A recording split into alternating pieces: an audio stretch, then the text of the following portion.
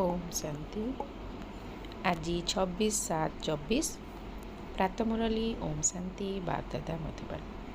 आज महावाक्य बाबा कहले मिठे बच्चे यही अनादि ड्रामा घूरी चली घंटा घंटा भली टिक टिक होई आगु आगु बढ़ी चली एथिरे जनकर पार्ट अन्य जनक सहित मिशुना तेणु एहाकू यथार्थ भाव में बुझी सर्वदा हर्षित होई रहिबाकू हेबो। आजिर प्रश्न केउं उपाय रे तुमे प्रमाणित करी कहि परिबो जे भगवान आसी जाइछंती बोली। उत्तर काहाकू भी सीधा सीधा कहिबा उचित नुहे जे भगवान आसी जाइछंती।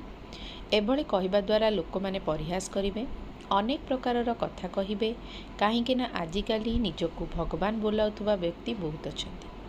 सेथिपई तुमे कायदार सहित प्रथमे 2 जण पितांकर परिचय दियो। जणे हेले लौकिक पिता, अन्य जणे बेहद्र पिता अर्थात पारलौकिक पिता। लौकिक पितांक ठारू विनाशी संपत्ति मिलुची, एबे बेहद्र पिता बेहद्र संपत्ति देउछंती। एही भली कहिबा द्वारा बुझिजिबे। धारणा पाई मुख्य सार एही समय रे ही बाबांक भली संपूर्ण होई पूरा संपत्ति नेबाकू हेबो।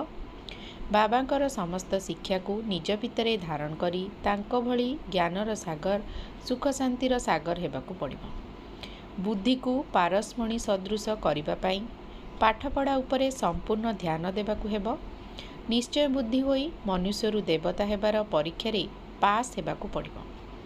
आजिर वरदान निश्चित विजयर निशारे रही बाबांक ठारू पद्मगुणा सहयोग प्राप्त करुथुबा मायाजित भव। बाबांकर पद्मगुणा सहयोगर पात्र संतान माने मायार आक्रमण को चैलेंज करुछंती जे तुमर काम हैला आसीबा एवं आमर काम हैला विजय प्राप्त करिबा। से माने मायार बाघ भली रूप को मध्य पिंपुड़ी मने करिथांती, काहेकि ना जानिछंती जे एही मायार राज्य एबे समाप्त हेबो। आमे अनेक बार विजयी आत्मा मानकर विजय 100% सुनिश्चित। एही भली निश्चित विजयर निशा बाबांक ठारू पद्मगुणा सहयोगर अधिकार प्राप्त करिवार आधार होई जाउची, जहा द्वारा तुमे सहजरे मायाजित होई जाउछ। आजिर स्लोगान संकल्प शक्ति को जमा करी सो प्रति बा विश्व प्रति एहाकू प्रयोग कर।